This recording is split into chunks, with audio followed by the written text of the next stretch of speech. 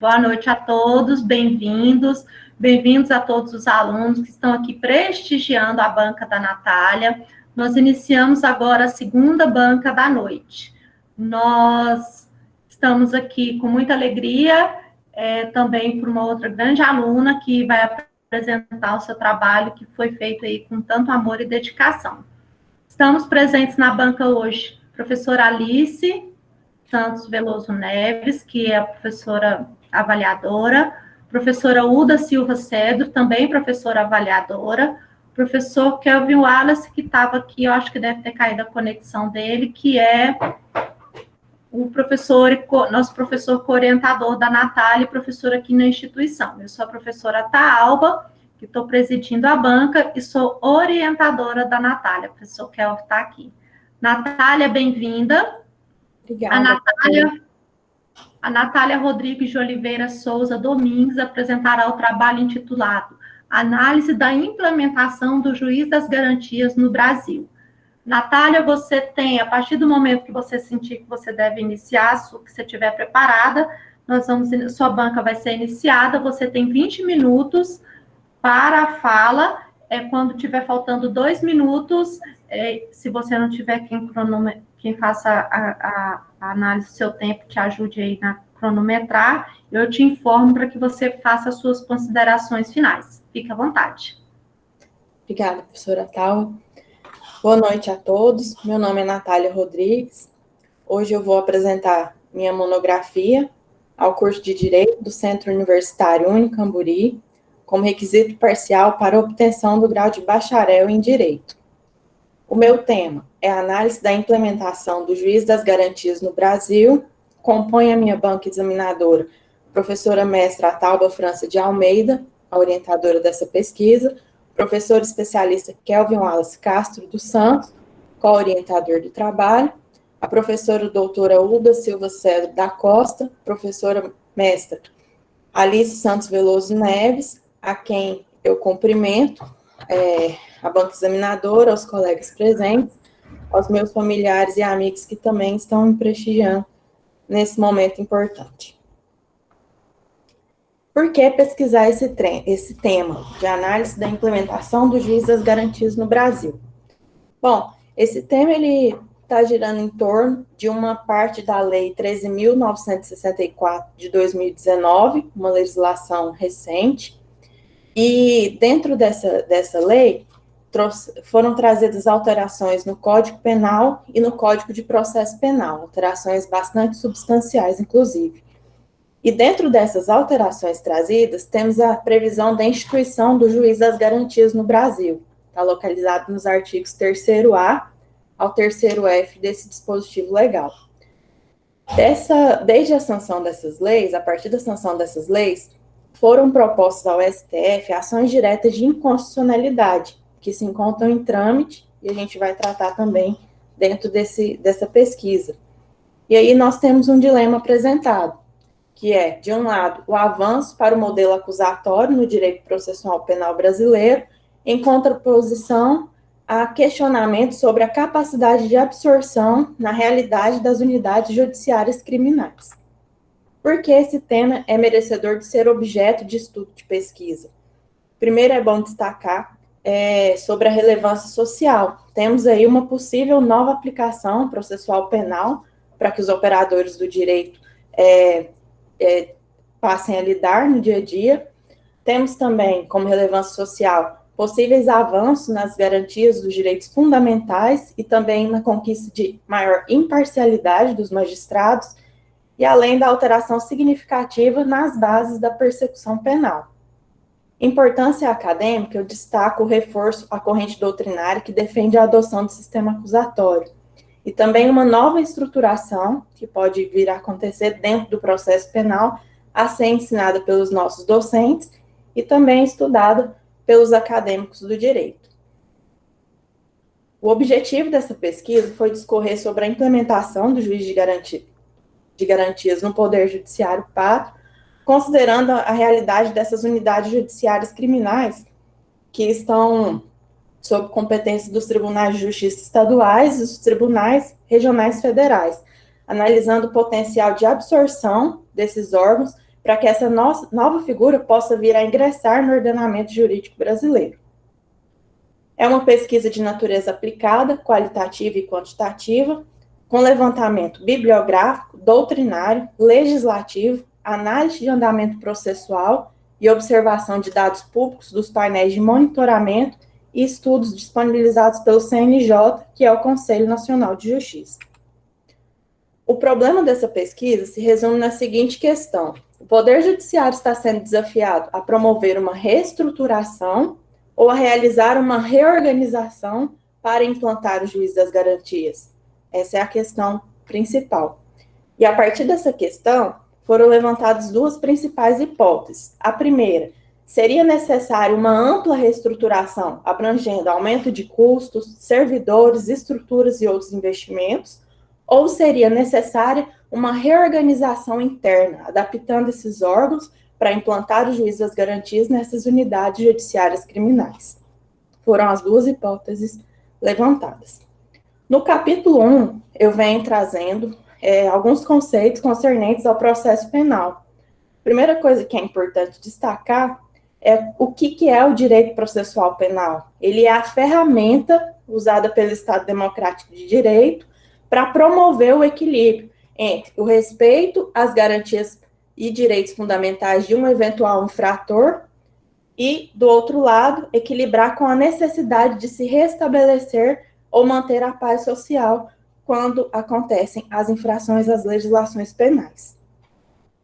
Dos princípios destacados pelos autores pesquisados, é importante que foram enfocados em dois principais, que eles são retirados diretamente da Constituição Federal, expressamente estão elencados na Carta Magna. Os princípios mais relacionados ao processo penal, então, em primeira instância, é o da dignidade da pessoa humana, que diz o seguinte: qualquer pessoa, qualquer humano, ele tem a condição humana, e isso quer dizer que ele também deve ter a consideração e o respeito por parte de seus semelhantes, merecendo, então, ter atendidas às suas necessidades vitais básicas. E o segundo princípio também, relacionado diretamente e constitucionalmente ao processo penal, é do devido processo legal, que ele visa promover um justo procedimento para a apuração da existência da infração penal, garantindo a ampla defesa e o contraditório para se chegar a uma punição devida, sem que hajam excessos ou insuficiências, nem mais nem menos, apenas aplicado o justo de acordo com o que vem já previsto no processo penal. No capítulo 1 também, são expostas algumas características dos tipos de sistemas processuais penais existentes identificados pela doutrina. O inquisitivo, que ele remete realmente à era da Inquisição, a ausência de contraditório e ampla defesa é uma marca evidente desse tipo de sistema. O acusatório, onde ele prevê a impossibilidade de se confundir o mesmo órgão de acusação com o juiz. Contraditório e ampla defesa devem ser garantidos, publicidade dos atos, duplo grau de jurisdição, entre outras características.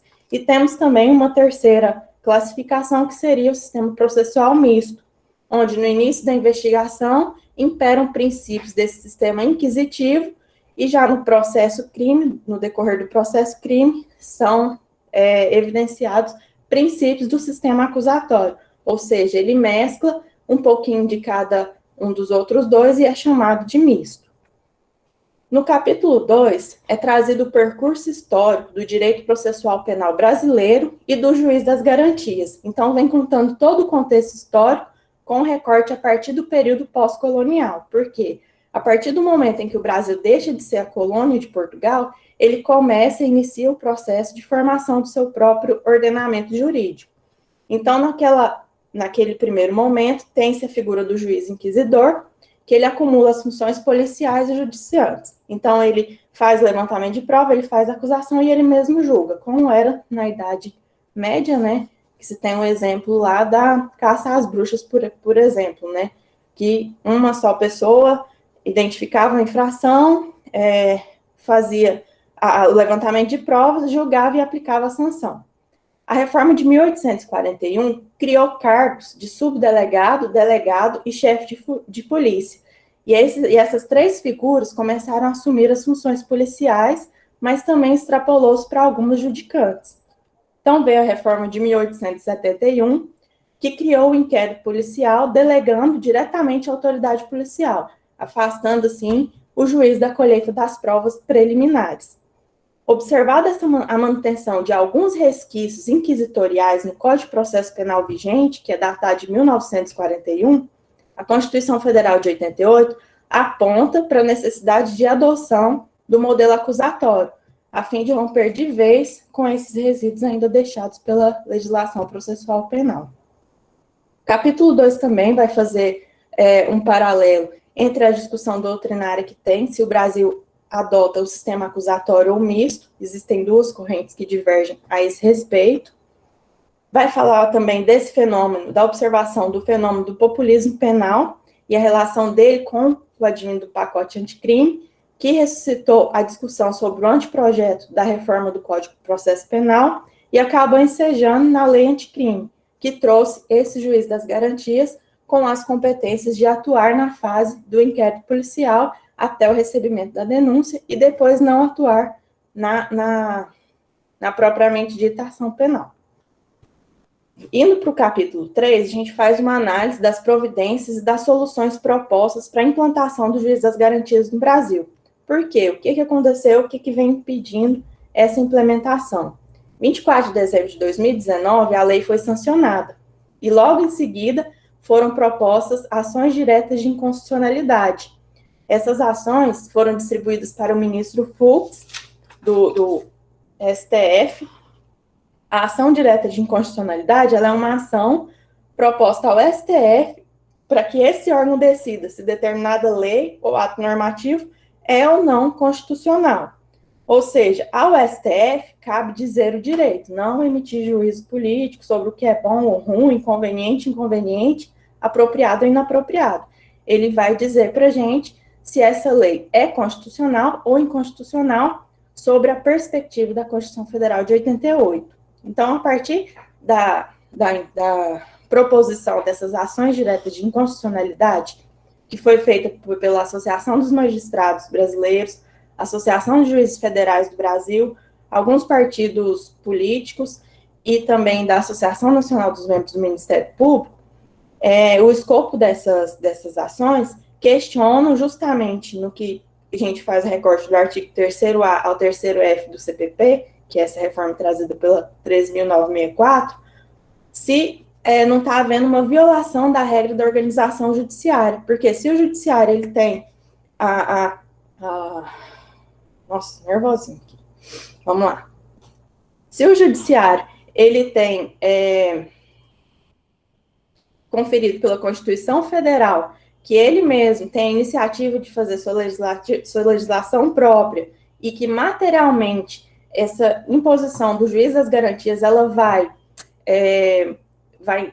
atingir a organização direta desses serviços judiciários e pedir uma reorganização da justiça criminal no país, é o que é questionado na parte formal, né?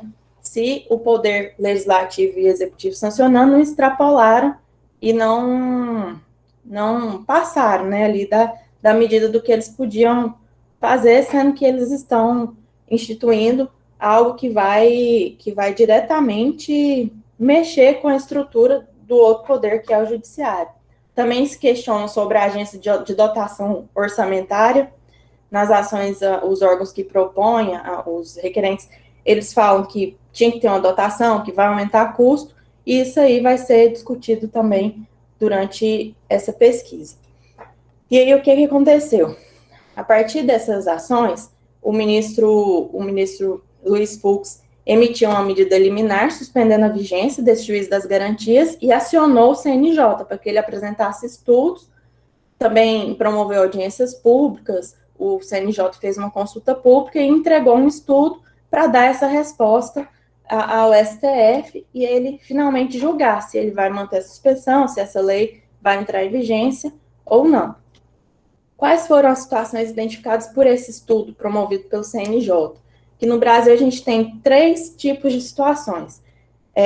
Localidades com varas únicas, que essas aí seriam o gargalo maior, da implantação do juiz das garantias, localidades com mais de uma vara, mas com apenas uma de competência criminal, e localidades com mais de uma vara com competência criminal. Então, temos 3 realidades distintas num país aí de dimensões continentais.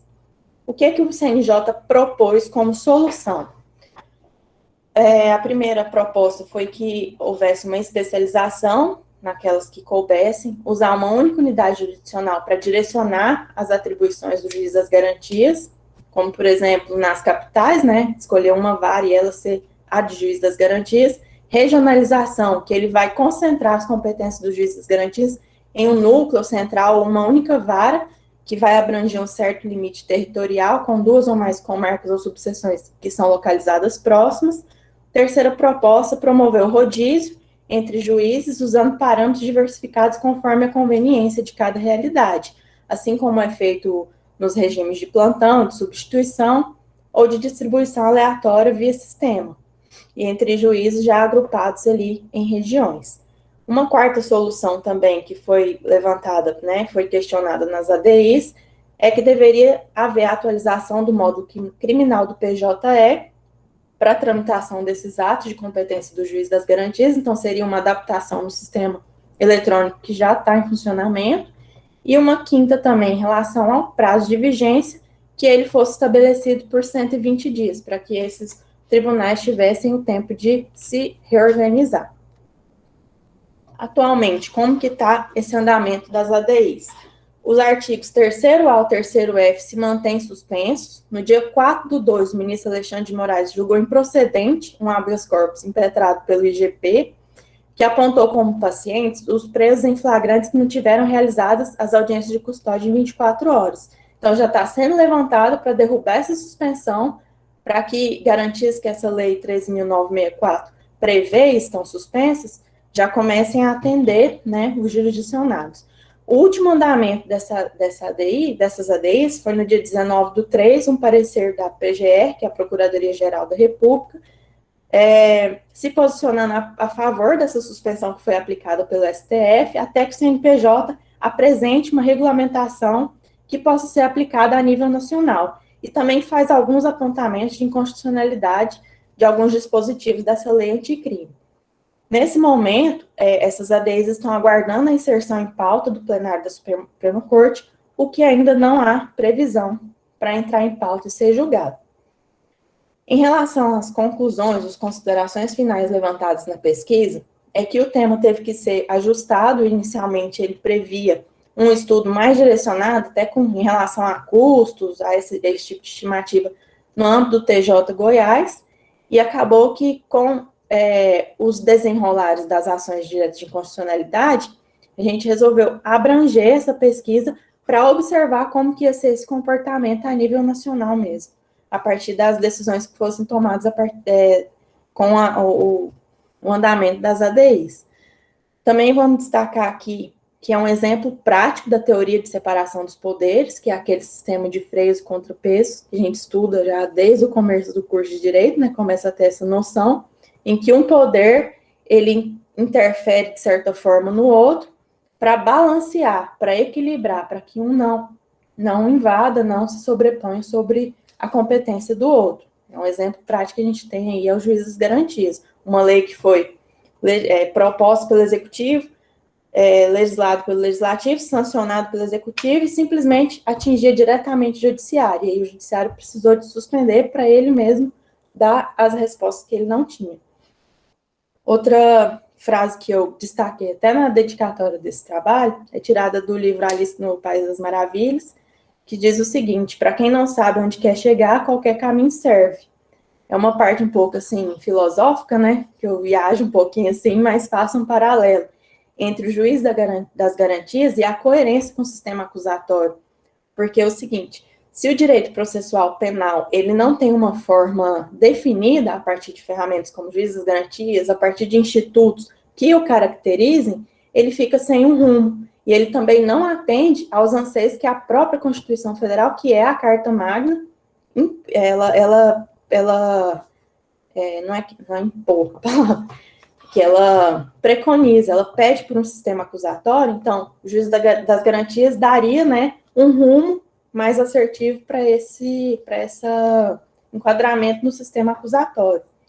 O método CNJ para elaboração desse estudo também é bastante interessante, com consultas públicas, eles tiveram 111 retornos, sendo que 77 foram encaminhados por magistrados, são profissionais operadores do direito que estão lidando diretamente, né, com a realidade das unidades judiciárias criminais, 27 por tribunais e 7 por instituições e associações, ou seja, além de membros da comunidade, foram ouvidos os órgãos e os profissionais operadores de direito que atuam diretamente com essa realidade.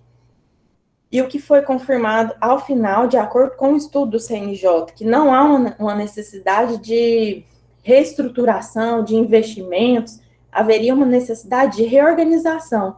Dentro daquelas soluções propostas, cada vara iria se adaptar para atender esse Instituto do Juiz das Garantias. Um dado interessante do Departamento de Pesquisas Judiciárias do CNJ é que, com base em 2018, 59% do total das varas do Brasil são as de juiz único, que é exatamente esse gargalo, onde o juiz não conseguiria, teoricamente, se revezar com outro, para que um magistrado atue na fase do inquérito e outro a partir da recepção da denúncia na fase da ação penal. O contexto da pandemia da Covid-19 seria um tema para um novo estudo, é claro, mais direcionado e com um escopo definido para isso, mas pode ser que a pandemia da Covid-19 tenha auxiliado na aceleração de algumas ferramentas que foram instituídas, né, pelo Poder Judiciário, para que essa implantação do juiz das garantias fosse viabilizada, como, por exemplo, a realização das audiências virtuais. E também a gente aponta ao final que há necessidade de continuidade do acompanhamento dessa pesquisa acadêmica, dado que a ação ainda está em trâmite, ainda não foi dada uma decisão final, e ao que tudo indica, se esse instituto entrar, vão ter mais campos ainda para pesquisa em relação à efetividade, aos números que vão ser trazidos pós-implantação, se ela vier a acontecer. E eu abro agora para as considerações e questionamentos da banca examinadora. Obrigada, Natália. Só fecha o seu slide para a gente poder... Eu passo a palavra para a professora Ulda. Boa noite, professora Taualba, França. Boa noite, professor Kelvin. Boa noite, professora Alice, colegas, doutores aqui presentes, né, meus colegas. Prazer em conhecê-la, professora Alice, que eu ainda não conhecia. Prazer em estar aqui com você, meu amigo Kelvin, que está caladinho. E prazer imenso também de estar aqui com você, professora Taualba. Muito obrigada pelo convite. Natália, eu queria te parabenizar, seu trabalho belíssimo que você fez, muito bem escrito, né? Um raciocínio, assim, tranquilo que você foi desenvolvendo, muito concatenado. E eu fiquei surpresa, né, quando eu vi no seu trabalho a questão, né, questão do Covid também, mesmo que seja um livro ali pequeno que você começou, que serve para um trabalho futuro, mas você não deixou nada de fora, né? Então, você, assim, tentou, dentro do tema que você se propôs, você abrangeu tudo que foi possível abranger, de uma forma muito gostosa de ouvir sua apresentação, né? Eu fiquei muito satisfeita com o seu trabalho, viu, Natália? Quero te parabenizar e vi por detalhes, assim, pequenos, todo o seu esmero, o seu comprometimento na escrita, né? No raciocínio. Aí, sob orientação, a batuta aí da professora Taualba, né, que eu sei que ela não dá moleza para esses alunos, né, acabou construindo esse trabalho aí belíssimo, né. Teria algumas discussões, mas talvez não seria aqui, né, quando fala que oportunizou um certo aceleramento e trazendo as audiências virtuais, no penal abriria uma discussão que não cabe aqui agora, viu? Que eu tenho muito receio, porque o tete a tete é outra coisa, né? Será que a defesa não estaria cerceada por meio dessas audiências virtuais, né? Mas, por outro lado, teríamos que pensar outras questões, então, não cabe aqui. Mas eu quero te parabenizar por ter trazido para a academia, também ter tocado nesse ponto, né? Que merece a nossa reflexão.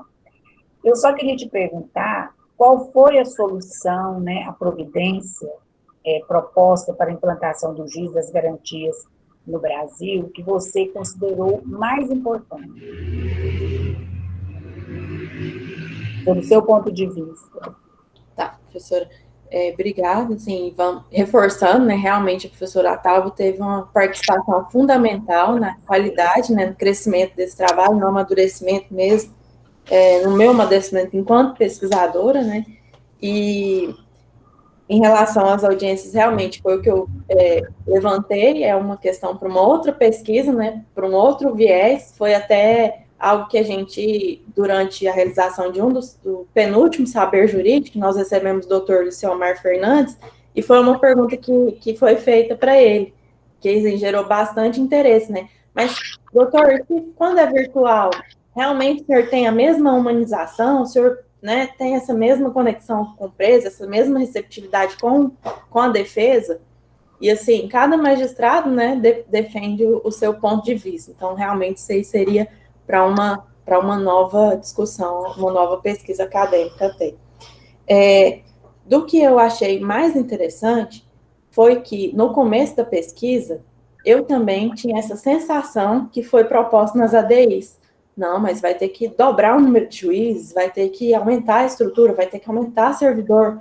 Então, assim, essa proposta do CNJ, apesar de entender pessoalmente, né, que alguns magistrados não vão ficar muito felizes, porque eles não vão se sentir atendidos, né, pela situação das varas únicas, pela dificuldade ali da operacionalização desse instituto, mas eu achei que o CNJ foi bem assertivo em, assim, mostrar que já existem no Brasil, inclusive eles identificaram no Amazonas, Goiás, Maranhão, Minas Gerais, Pará, Piauí, São Paulo, os tribunais que eles já têm uma operacionalização parecida com o do juiz das garantias, várias que realmente recebem os processos que são flagrantes, que recebem as audiências de custódia, recebem essas demandas iniciais do criminal, né?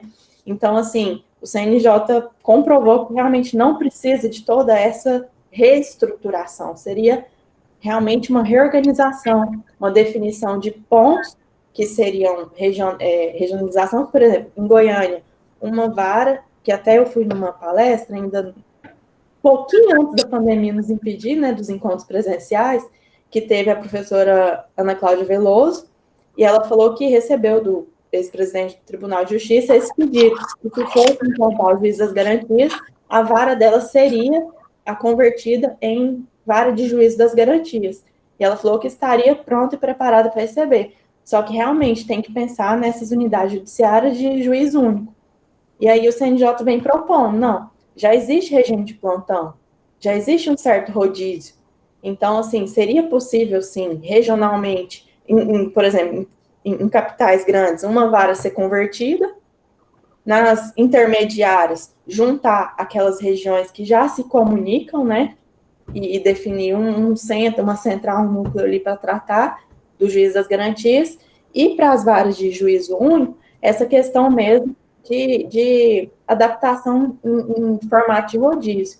Então, assim, acho que as 3 soluções que o CNJ traz, ela nos mostra que é possível. Realmente tem que ter coragem e boa vontade, né, para que seja implantada, no caso do STF decidir dessa forma. Certo. Plenamente satisfeita, Natália, com sua resposta, com sua colocação, que foi, né, bem ampla, bem objetiva também. Esqueci de falar que você, na sua apresentação, você foi muito clara, muito objetiva, gostoso de te ouvir. Eu ficaria aqui horas e horas te ouvindo, discutindo sobre o tema, mas é como a professora Ataualba sempre fala, né? É um momento solene, então ele tem regras, tem limites também. Senão nós iríamos ficar aqui discutindo noite adentro. E eu quero deixar registrado também, que eu tenho certeza, a coorientação do meu querido amigo, professor Kelvin, que também é outro incansável no exercício do magistério, né? Então, eu vou devolver a palavra à professora Taualba, mais uma vez agradecendo a oportunidade de estar aqui participando dessa banca e aprendendo tanto. Obrigada, Rita. Só um comentário também. Eu sofri esses últimos dias todos pensando, só 20 minutos, meu Deus. Será que eu vou contemplar? Deu para ver que vou ser pouco para você. Natália, tem uma coisinha ou outra assim que eu vou passar para a professora Taualba, que eu sei que é resultado de assoberbamento, final, né, de preparo para apresentação, mas, assim, eu já tomei até floral de bar para perfeccionismo. Eu tenho um olho, assim, que eu vejo tudo, né? Então, assim, é um pontinho que faltou lá no ED de edição, eu vou lá e vejo, né? Então, para que fique realmente, né, que eu tenho certeza que você colocou em outros, a professora Taualba, não deixe isso passar, mas é você que, às vezes, na hora de corrigir, de fazer as correções finais ali, acontece mesmo. Mas isso nada tira o brilho aí esplêndido do seu trabalho, viu, Natália? Você está de parabéns. Obrigada. Alba, com a palavra. Muito obrigada. Obrigada, doutora Uda. Eu passo a palavra para a professora Alice. Boa noite novamente. Boa noite para a brilhante aluna, Natália, professora orientadora, Taualba. Como sempre, os trabalhos são maravilhosos, né, Taualba? O seu dedo ali, com certeza, aprimorou muito. Boa noite, professora Uda. É um prazer conhecê-la, mesmo que virtualmente, né? A gente gostaria de estar dando abraços para todos. A vontade é só essa.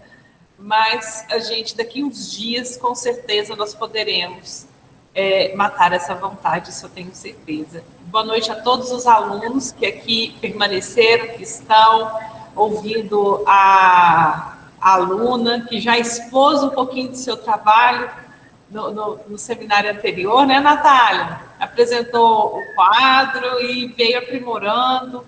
E seu texto está, assim, é um texto gostoso de ler. Eu gostaria de falar isso, porque tem encadeamento de ideias. Na parte que me toca, a dedicatória, amei, tá? Eu não sei porque o meu nome agora está na moda. Antigamente não era, só tinha eu e as minhas avós, com o nome de Alice. Então, eu cresci com o nome... Ah, Alice, aquela! Então, no País das Maravilhas... E por isso eu tive, desde o início, muito gosto em ler aquele que tem o primeiro pseudônimo, que é um matemático muito famoso, que você fez questão de inserir um nome real. Em vez de Lewis Carroll, você colocou o nome real.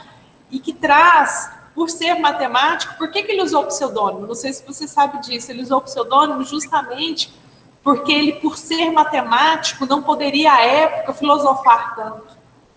Então, o nome dele cairia em descrédito.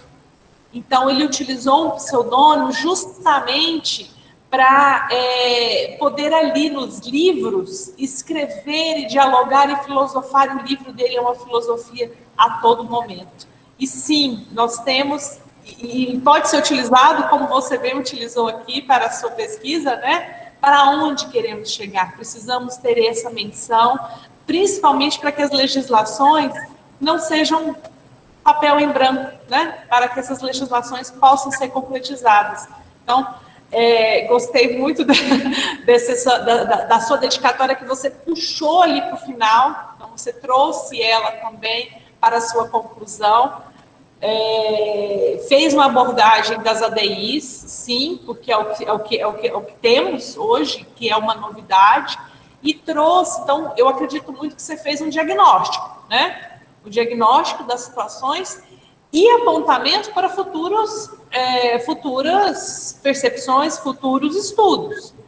E nessa perspectiva de futuros estudos, eu gostaria de poder acrescentar, se você me oportuniza aqui nesse momento, a perspectiva, por exemplo, de Lênio Streck. Eu não sei se você o conhece, doutrinador na área de direito constitucional. Ele escreve muito a respeito do direito constitucional, neoconstitucionalismo, e ele traz muito a respeito, o entendimento dele, e aí isso são perspectivas, né, é de que é completamente constitucional e que essa matéria nem deveria estar sendo questionada via DI, causado todo esse tumulto que está causando. Então, ele é muito firme e forte nesses posicionamentos e talvez possa te acrescentar para um futuro, falo em termos de futuro, né?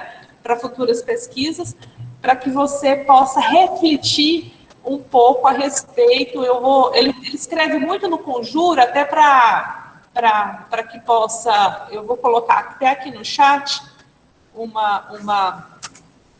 algo que ele escreveu, e esses são textos curtos, mas tem também outros textos, mas com abordagem de direito constitucional. E trazendo justamente isso. Será que precisariam tantas ADIs? Será que precisaria realmente ter suspenso? Será que o juiz de garantias já não poderia ter sido implementado? E aí a gente poderia ter havido várias melhorias a respeito do assunto? E você, Natália, aí eu volto a te perguntar, você acha, porque o CNJ trouxe ali um estudo, né? Trouxe algumas considerações, algumas propostas para implementação, já trazendo assim, olha, né? Está constitucional e a gente tem propostas de encaminhamento. Mas e você, Natália, que estudou tanto a respeito do assunto? O que você, de fato, acredita? Você acredita que das EDIs e do estudo que você fez, você acredita assim, que existe alguma tendência a ser tratado como constitucional? E se for constitucional, qual dessas propostas que você acredita que seria mais benéficas, que seria mais interessante para que houvesse essa implementação? Só para aproveitar um pouquinho. Tá, professora. Bom, quando a gente olha para os números, é um pouco assustador, né? Você pensar, 58% das unidades judiciárias, elas são de juízo único. Que é justamente o gargalo, seriam, né, as localidades onde você teria maior dificuldade nessa implementação. Mas, por outro lado, eu acho que a gente tem que pensar muito no avanço do juiz das garantias para o sistema processual penal, para que também, talvez, diminuíssem essa onda de questionamento sobre a imparcialidade do magistrado. Então, assim, eu vejo como uma ferramenta que ela atenderia, né, a várias perspectivas, né?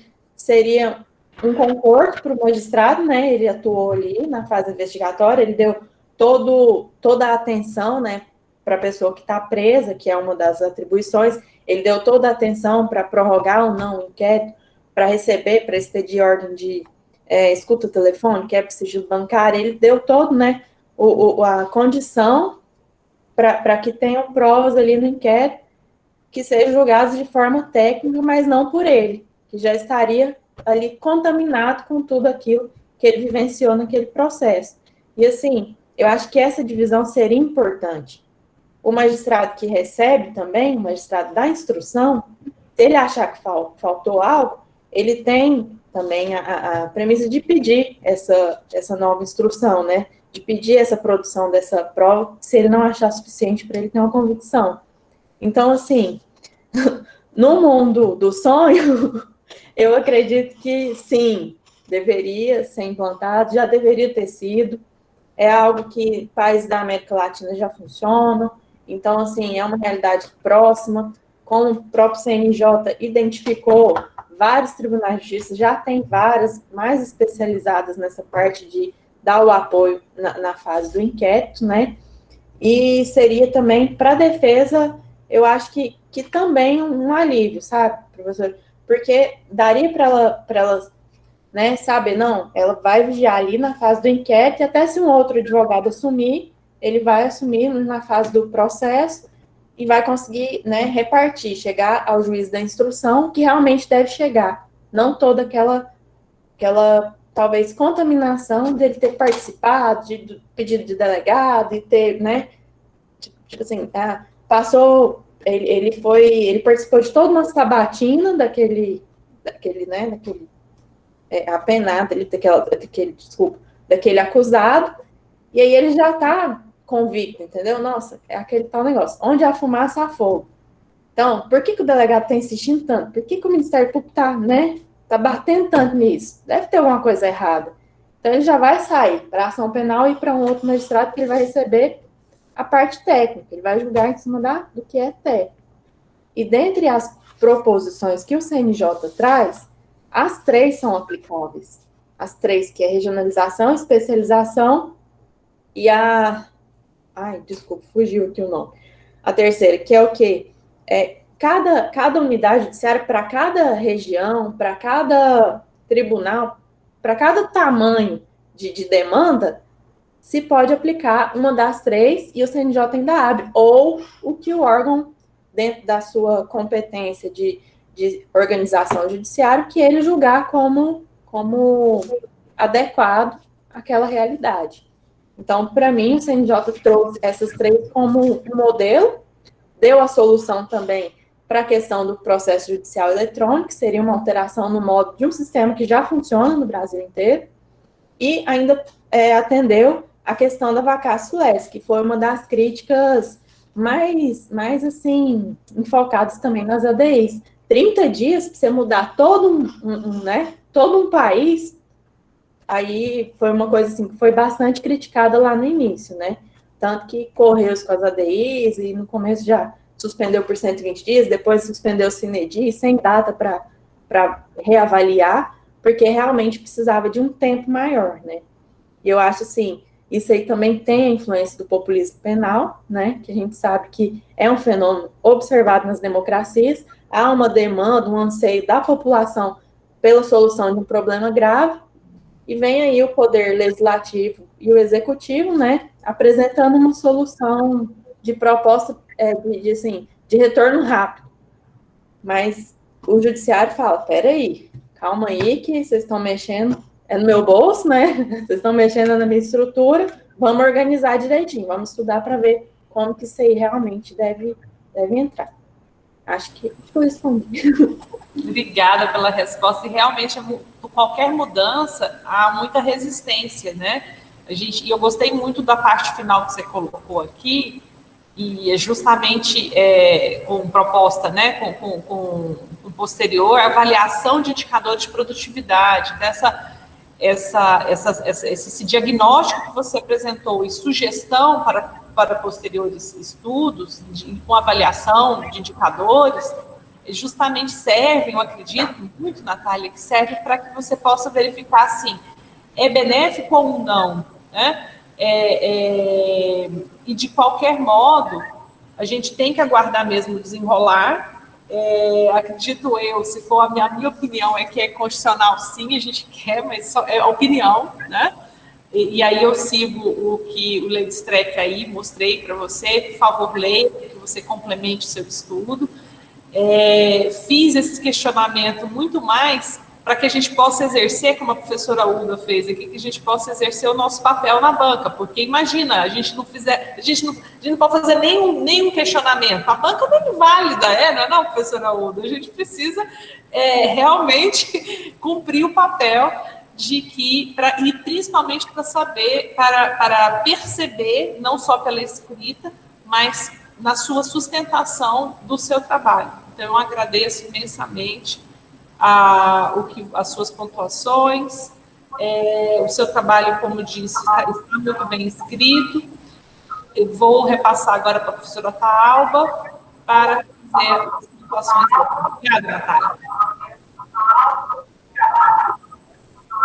Peraí. Tá dando eco. Deixa eu ver se eu tirar.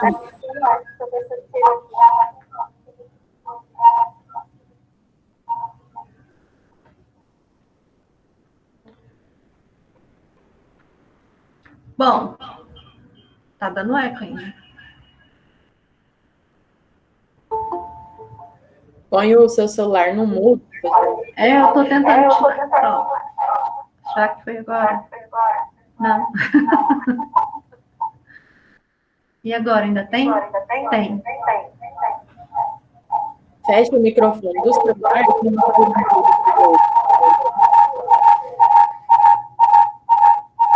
Deixa eu desligar aqui. Bom, agora pronto, acabou. orientar a Natália foi muito fácil para mim. Foi muito fácil para mim, porque ela já veio, né, teve a orientação do professor Kelvin, mas ela já veio muito ciente do que ela quer. Essas observações, elas são muito válidas da professora Uda e da professora Alice, porque em relação ao juiz da garantia, eu acho que cada operador do direito vai depender do nível de garantismo, né? Se ele é mais garantista, se ele é menos garantista. Então, a questão de ser ou não inconstitucional, acho que vai depender do posicionamento de cada operador do direito, de cada advogado, de cada juiz, porque até mesmo dentro do próprio judiciário há uma celeuma em relação a isso. Se é ou não inconstitucional, se é ou não viável. Aí eu nem vou emitir assim um juízo de valor enquanto orientadora, igual a professora, assim como a professora Uda disse, porque se a gente for entrar na questão das audiências remotas, né, do encontro, da sala de aula virtual, de todos os problemas que nós temos em diferentes regiões do Brasil, que aí a gente vai ter pontos positivos e pontos negativos. Até a Natália, no nosso último encontro, a gente conversou muito sobre o trabalho dela, e inclusive da origem do juiz das garantias, né, Natália? Que na verdade foi feito de uma forma, e aí acabou indo para da origem e do que é o atual hoje, da atual legislação. E aí esse juiz da garantia, ele veio atrelado, inclusive, aí a criminalização mesmo do próprio juiz, do próprio magistrado, né, desse posicionamento que limitou, que vem aí limitar um pouco até a própria ação do magistrado.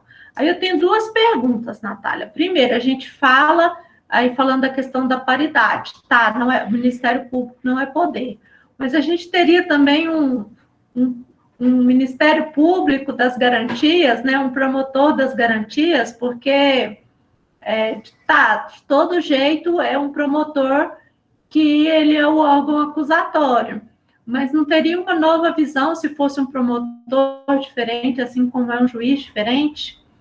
Outra coisa, não, primeiro você me responde isso, depois a gente continua. Então, o que acontece? O Ministério Público, ele é o órgão acusatório.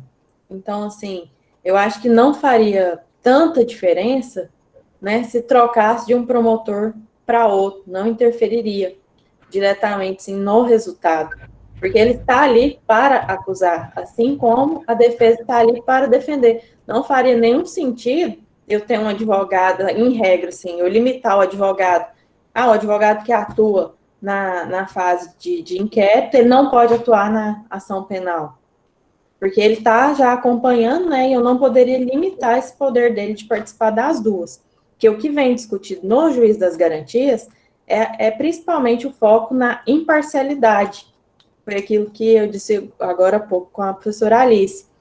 Se o juiz está ali recebendo, né, o Ministério Público, o delegado, falando, olha, me dá quebra de sigilo, me dá condição coercitiva, sigilo telefônico, sigilo bancário, ele vai acabar que o juiz, ele vai falar, nossa, tá esmiuçando demais, tá? Tem uma coisa errada, esse cara é culpado mesmo. Mas, então, aí se tira, né, se quebra essa parcialidade ao deixar esse juiz da fase investigatória, o juiz das garantias, não atuar na fase da ação penal.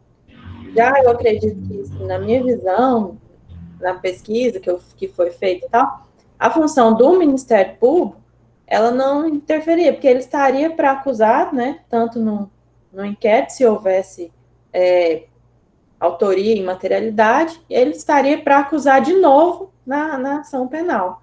Então, assim como a defesa, estaria para defender nas duas fases, pré-processual e fase processual. Então, eu acho que o que tem aí não é uma imparcialidade do Ministério Público, se discute a imparcialidade do juiz, que é o que vai presidir. E o que vem nessa pesquisa é isso mesmo. Então, assim, para mim, não teria tanto sentido, né, ter um Ministério Público das Garantias, mas sim, um juiz faria todo sentido para resguardar, como eu disse, o próprio magistrado, né, para ele ter uma segurança dele poder, né, entrar de cabeça na fase investigatória e também entrar de cabeça na fase da ação penal, sem ter esse comprometimento, essa acusação de falar assim, não, você já estava convencido lá atrás o que você ia fazer nessa sentença. Não vai ter esse tipo de questionamento. Acho que vai até evitar subir tanto recurso, entendeu, para o tribunal. Porque o juiz ele vai estar embasado, ele vai estar fundamentado, ele vai estar olhando até no momento da ação penal. Então, não vai ter até, assim, pode ser, né, uma coisa a se observar, se for instituído o juiz das garantias, como que vai se comportar essa estatística, né, dos recursos, das apelações para as instâncias superiores.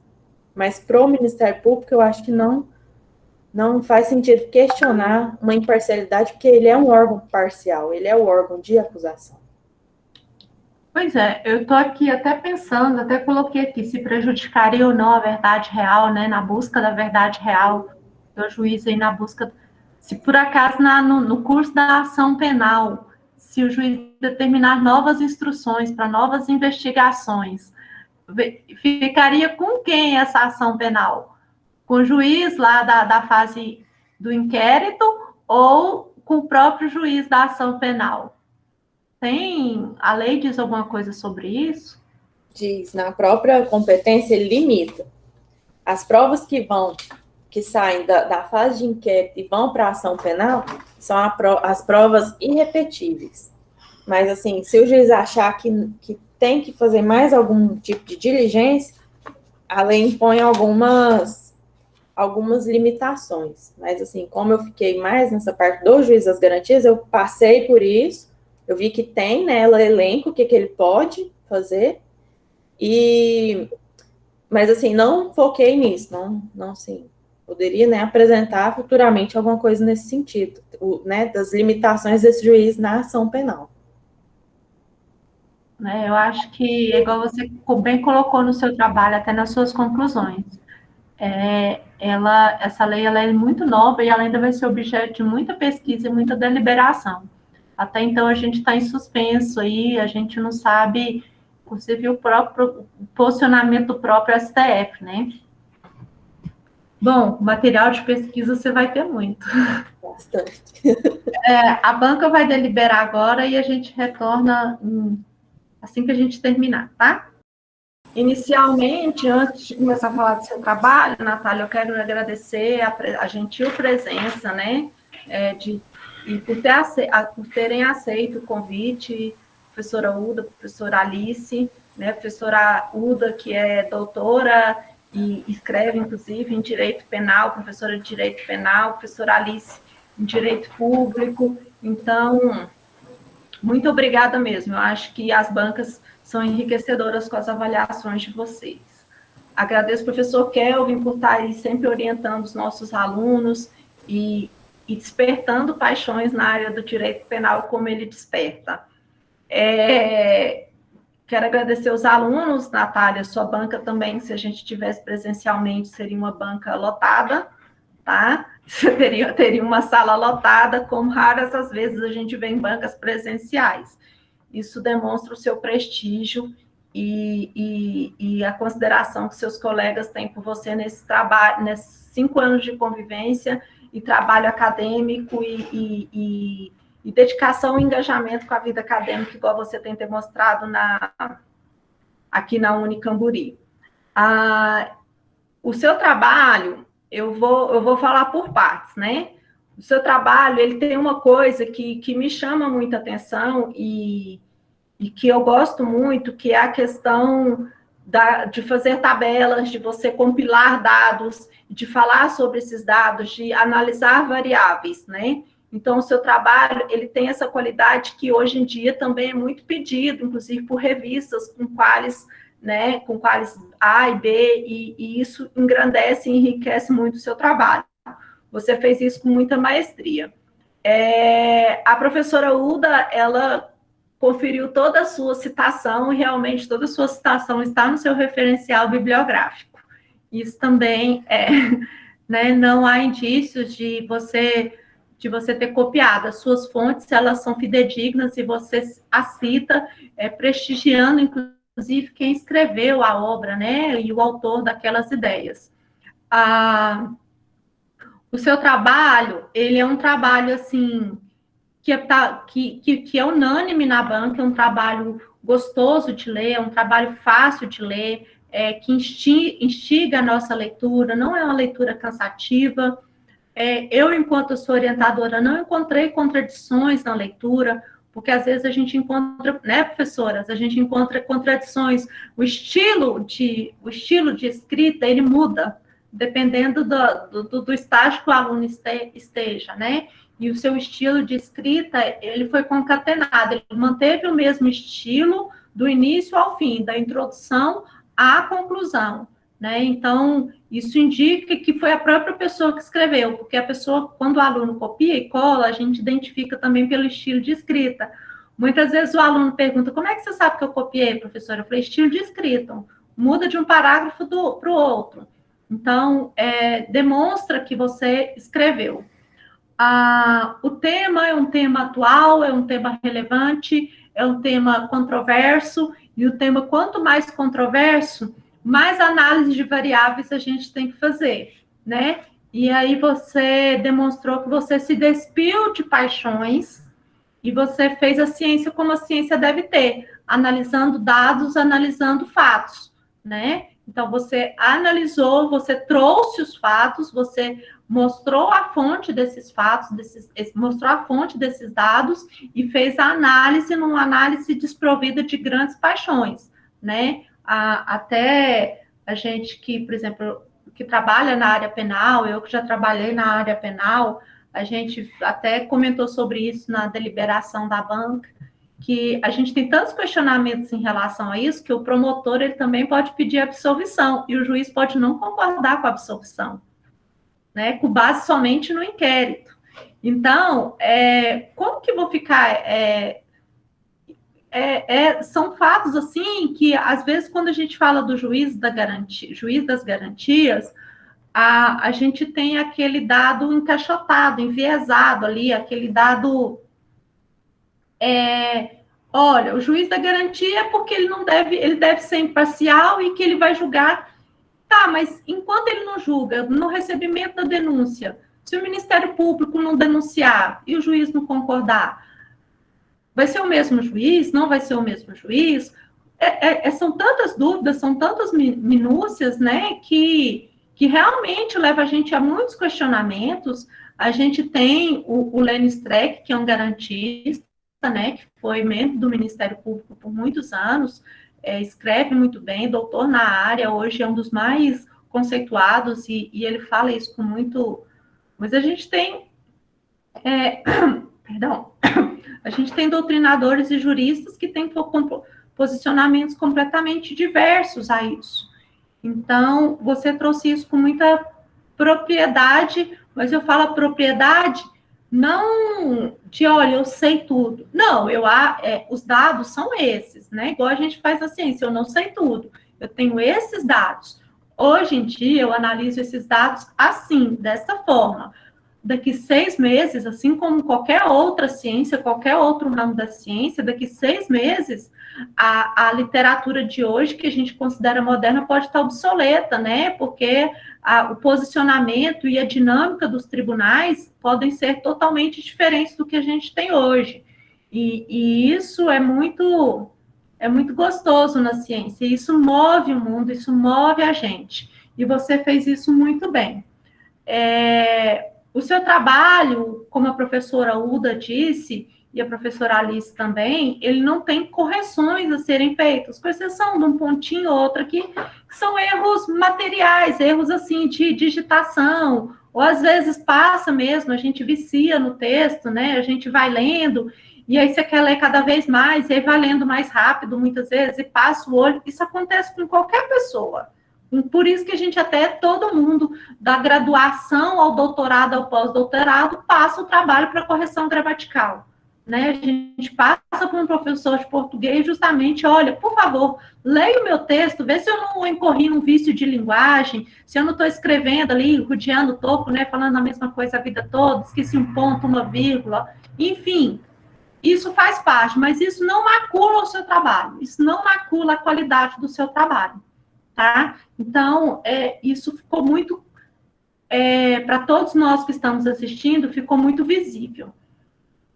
Eu senti falta do slide do seu trabalho do saber jurídico, que você fez um slide que você colocou no trabalho, e esse tabelamento, essa criação de imagens, a Natália, como vocês ela não colocou nos slides, mas nós que lemos, a gente sabe, ela quem criou, ela fez, ela concatenou a ideia ali, como se fosse um mapa mental, ela fez o tabelamento, ela mostrou passo a passo até chegar na conclusão dela. E ela trouxe uma outra coisa que é muito importante. Na introdução, ela falou, olha, o meu objetivo é esse, o meu problema é esse, a minha hipótese é essa. E ela chegou lá na conclusão e falou assim, o meu problema foi esse, eu respondi o meu problema e as minhas hipóteses foram respondidas, foram equivalentes ao que eu pensava. E no decorrer da pesquisa, nós mudamos o direcionamento da pesquisa. Porque isso é possível. A pesquisa, ela pode ser mudada porque você vai tendo ou não vai tendo dados, ou vai tendo novos dados que pode direcionar a sua pesquisa, né? A gente não começa um pré-projeto, um projeto de pesquisa e termina do mesmo jeito. Como dizia Heráclito, né? A água nunca que passa pelo rio, que passa embaixo da ponte, nunca será a mesma. Então, quem inicia um pré-projeto e finaliza esse projeto, a sua graduação, a sua dissertação, a sua tese, vai ter sempre mudanças, porque nós vamos sempre ter fatos novos. E por isso que a gente faz ciência, para a gente descobrir o novo, e não só para confirmar. A gente faz ciência para descobrir quebrar paradigmas, ter novas soluções, e não para confirmar o senso comum. E você fez isso com muita maestria. Em relação à aluna Natália, e aí eu falo aqui agora em nome da Unicamburi, você foi uma aluna como poucas alunas, mostrou um engajamento, participou de tribunal do júri simulado, participou dos saberes jurídicos, participou do evento, contribuiu com seu conhecimento de outra formação, né, da sua função lá na Universidade Federal de Goiás. A Natália, ela foi aluna e trabalha na Universidade Federal. Você contribuiu aqui com essa professora leiga em informática e ajudou durante os eventos. Você foi debatedora, você foi mediadora, você foi questionadora, você foi solucionadora, e você foi, assim, pesquisadora. E isso na academia, né, isso enriquece demais. Isso é a alegria de todo professor, de todo orientador e de todo coordenador. Isso transforma o trabalho da gente, traz mais facilidade, mais doçura, mais leveza para o trabalho da gente, né? E aí, isso é o que a gente espera do nosso aluno no curso de Direito, no curso de Ciências Jurídicas, né? Essa instigação, essa vontade, esse desejo, e que você demonstrou nesses 5 anos. O seu desejo, ele foi tanto que você chegou a vir aqui no sábado, tirou suas crianças da cama e chegou aqui para orientação, né? Isso é um prestígio, não só com o professor que estava aqui te esperando, mas é um prestígio com tudo que você faz, né? Isso é o reconhecimento e o respeito por tudo que você faz. E aí as professoras vão entender o que eu estou falando. Quando a gente tem filho, que a gente trabalha, que a gente é mulher, a gente tem uma dificuldade a mais, né, professora Uda, professora Alice? A gente tem toda aquela carga que se espera de uma mulher, né, que a gente seja super heroína. E, na verdade, a gente não é super heroína porque a gente não está sempre de capa e a gente não dá conta de tudo, né? E quando a gente dá conta, nem sempre esse reconhecimento ele é visto. Você, inclusive, criou uma página, para quem não sabe, a Natália, inclusive, criou uma página no Instagram em que ensina direito, né? Que traz informações para o direito com muita qualidade, com trabalho gráfico, com conteúdo gráfico. Isso mostra a vontade de aprender e de dialogar e de transferir o saber, né? Mas não transferir de uma forma só transferida, tipo, olha, é isso, ação penal é isso, juiz da garantia é isso. Não, é muito mais que além do que isso, né? E quando a gente é mãe, Natália, e eu vou bater nessa tecla porque eu acho que muita gente coloca isso como empecilho e você colocou como um impulso, né? Um impulso para a minha vida, para a vida dos meus filhos, para meu marido, para a minha família, para a minha mãe, para a minha casa, que é casa de vó, né? Isso é um impulso na nossa vida e, às vezes, parece que suga a nossa energia, mas, na verdade, enquanto a gente está buscando energia para a gente só dá aquilo que a gente tem, Natália. A gente não dá o que a gente não tem. E hoje aqui, e eu falo pelos 5 anos e coroando o dia de hoje, você deu o que você tem de melhor. E o que você tem de melhor, você apareceu aqui que encantou todo mundo. O seu conhecimento, a sua beleza, a sua leveza, a sua dedicação, tá? A sua amizade. Os seus amigos estão te chamando de mulher virtuosa. Sim, você é uma mulher virtuosa porque você mostrou essas virtudes. E essas virtudes, elas devem ser, virtudes são feitas para serem mostradas, tá? E são feitas para serem ressaltadas, não pela gente, mas pelo próximo. Por isso que eu estou aqui ressaltando as suas virtudes hoje, assim como os seus colegas. Você mostrou para mim, nesse 1 ano que eu estou aqui, muita virtude, não só como aluna, não só como acadêmica de direito, mas como profissional que você é, como empreendedora que você é e como mulher que você é. E aí, quando eu falo mulher, eu falo no sentido mais amplo da palavra, né? De arrastar o marido para ser testemunha no tribunal do júri simulado, inclusive, tá? Então, assim, são virtudes que ela conseguiu de estar aqui a família assistindo, né? É uma virtude isso, de estar a família prestigiando e de ter uma sala lotada, tá, Natália? Isso é para poucos, não é para muitos. E isso é para encher o coração de qualquer professor e de qualquer docente, de qualquer coordenador, de qualquer profissional de alegria. Inclusive, encher o coração dos seus colegas de alegria, porque eu sei que eles não estão aqui 9 horas da noite, muito além do horário de aula, por estar esperando a sua nota. Não, eles estão aqui para te prestigiar, porque eles sabem que essa é um momento sublime na vida de um estudante. E momentos sublimes na vida do estudante, eles são para a eternidade. Eu não esqueço da minha defesa do TCC, acho que a professora Uda também não, e a professora Alice também não, nem o professor Kelvin, porque a defesa do TCC é um rito de passagem, né?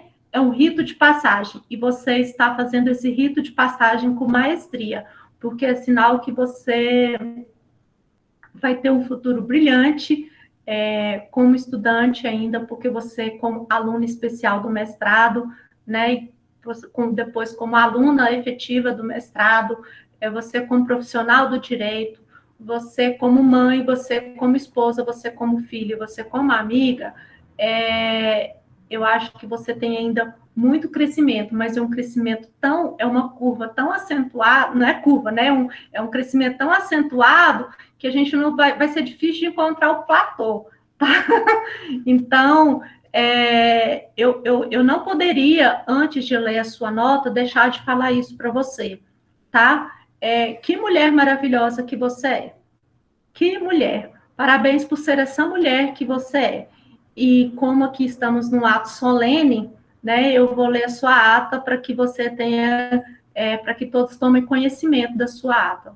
No dia 17 do mês de junho de 2021, às 19h30, na sala virtual do Google Meet, do Centro Universitário Camburi, reuniram-se a professora orientadora, a aluna orientanda Natália Rodrigues de Oliveira Souza Domingues, a professora orientadora Talva França de Almeida e os professores convidados Alice Santos Veloso Neves e o doutora Uda Silva Cedro da Costa para realizar o exame de defesa do trabalho de conclusão de curso 3, monografia, com base no regimento do Núcleo de Prática Jurídica e trabalho de conclusão de curso da Escola de Direito, com o título Análise da Implementação do Juiz das Garantias no Brasil. O seu trabalho escrito ele foi coerente, teve problematização, referencial teórico, originalidade, por isso a sua nota foi 10. Sua exposição oral teve A apresentação foi ótima, postura, fundamentação, segurança, conhecimento, domínio do assunto, potencial crítico, sua nota também foi 10. E os questionamentos da banca, né, em que nós analisamos aí todas as suas respostas, as nossas arguições, a sua capacidade de interpretação, a sua defesa, a sua sustentação, a sua nota é 10. Parabéns, você foi aprovada com nota 10, com observações de que o seu trabalho foi aprovado com louvor, indicado para publicação em razão da excelência do trabalho. Parabéns, Natália. Não consegui falar. Tem um presentinho chegando aí para vocês. Né? Ela mandou invadir. Tem os nomes, tá? Obrigada, professora. Estou super feliz. Obrigado. Espero para vocês. Seu marido veio me presentear. Foi, ele foi entregar. Professora Uda, professora Alice, Kelvin, por favor, passei aqui depois. Obrigada, viu? Gente, ela foi tão perfeita que ela cronometrou. Obrigada, meus familiares, meus filhos, minha mãe, meus tios, minha amiga de trabalho, Raíssa, meus colegas, enfim, todos que estão aqui prestigiando. Realmente é um momento que eu persegui por muito tempo, foram mais que 5 anos, professora. Há 12 anos eu comecei direito, e aí, por uma série de questões, tive que trancar o curso, fui para outros rumos, me formei em administração, me tornei servidora pública, mas sempre com esse objetivo em mente. Então, eu vou voltar e vou terminar. E, assim, um filho e uma série de outras questões, é um objetivo que eu persegui, porque eu tenho certeza que já valeu a pena. Obrigada. Te desculpa. Não tem que pedir desculpa, não. Professora Alice, quer falar? Quero falar, porque a Natália está me lembrando muito da minha defesa, que foi outro dia da minha dissertação de mestrado, e eu desabei. E você, as palavras da professora Talba, essa sororidade aqui, né? Nós mulheres que muito entendemos as nossas dificuldades, e o quanto que suas palavras foram acariciadoras, foram acalentadoras nesse momento, que demonstrando a qualidade e o quanto que você, sim, além da qualidade, a qualidade de mãe, de mulher, e aí eu compartilho com as suas lágrimas, viu? Eu estou aqui tentando me conter e não estou conseguindo, porque está me lembrando muito próximo da minha dissertação. Eu quero te falar, Natália, que esse momento é único, esse momento é seu, então esse momento é merecedor. Parabéns novamente, muito obrigada por ter me convidado, viu, professora Taula, por ter conhecido a professora Uda, por ter me convidado por esse momento, que adoro emoções. Eu estou assim, muito satisfeita. Obrigada. Professora Uda? Só aqui também emocionada, pensando na nossa luta, né, enquanto mulher, mãe, você colocou muito bem. Só nós que sabemos realmente o que é conseguir equalizar tantas funções, né, em uma pessoa só. Né? Se a gente olha para trás, fala, meu Deus, como é que eu dei conta? Né? Mas Deus vai dando forças, e quando a gente vê, se a gente for fazer um livro sobre isso, nós realizamos quase o impossível, né? Quase o impossível. Mas acaba tudo no final dando certo. Parabéns mais uma vez, Natália. Prazer em conhecê-la, professora Alice. Muito bom estar aqui com você. Professora Taualba, essa professora sensível, essa pessoa maravilhosa. E faço das palavras dela as minhas. Muito profundo tudo que você colocou, professora Taualba. Muito mesmo. Vou ficar aqui na hora que terminar ainda refletindo um pouco sobre tudo que você colocou. O impacto ainda fica, né? Um tempo pensando. Professora Uda, o meu esposo foi seu aluno na Unhanguera. Eu estava pensando aqui, eu conheço a Natália de algum lugar, será? Você estudou lá, Natália? O meu esposo, o Pedro, formou em administração. E quando eu falei seu nome, ele, nossa, professora Uda, foi minha professora. O seu esposo é o Pedro... É o Pedro Domingos. Pedro? Pedro Domingues, ele está chegando aqui de volta. Ah, eu sei quem que é. Lembrei lá da administração, né? Pois é, olha o Pedro aí. Ô, como é que tá, meu querido? Desculpa aqui, professora Alba, só um minuto. Fiquei Tá muito. bom? Tô bem, graças a Deus. Fiquei muito feliz de saber que era a senhora. Quando eu escutei o nome, eu falei, ela foi minha professora. Ô, Pedro, claro, lá no bloco E. Exatamente. Na pandemia, estamos promovendo encontros, ó. Tá vendo? Tudo de bom para você, Pedro. Prazer em vê-lo. E Natália aí, parabéns. Né? Seja muito feliz. Né? Conheci seu marido solteiro ainda. Que bom que ele te encontrou. Vocês dois aí estão seguindo o caminho de vocês. Eu vi lá no Facebook, quando apareceu o primeiro nenenzinho aí de vocês. Agora você falou filhos. Falei, então o Pedro já tem mais filhos. Que bom, parabéns. E sucesso, viu? E tudo que você quiser, você continuando com essa garra, você vai chegar. Pode ter certeza. Vocês vão chegar. Um beijo para minha avó. Minha mãe avisou que ela está ali assistindo, toda emocionada. Ela falou que a avó, ela falou aqui no chat. Minha avó sempre torceu e sempre me apoiou em tudo. Que bom, que coisa linda. Seus amigos e sua família estão mandando um abraço para você no chat. Agora a gente vai para a parte prática, né? Seu trabalho agora a gente precisa só fazer esses ajustezinhos, como a professora Uda bem disse.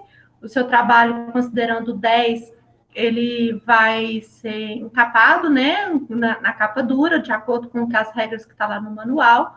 Assim que ele tiver, você vai trazer aqui, vai assinar as atas, né, as atas estão prontas, e eu acho que o seu trabalho deve sim ser publicado, tá? Trabalhos, não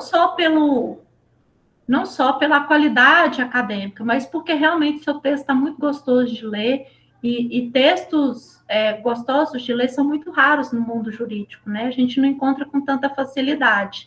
Então, eu acho que isso pode despertar paixões, né? Aí na área do direito penal e na área do tema. Então, a gente tem que providenciar a sua publicação. Combinado.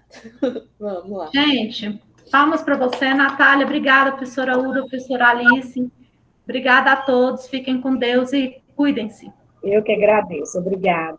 Obrigada. Boa noite a todos. Boa noite, boa noite.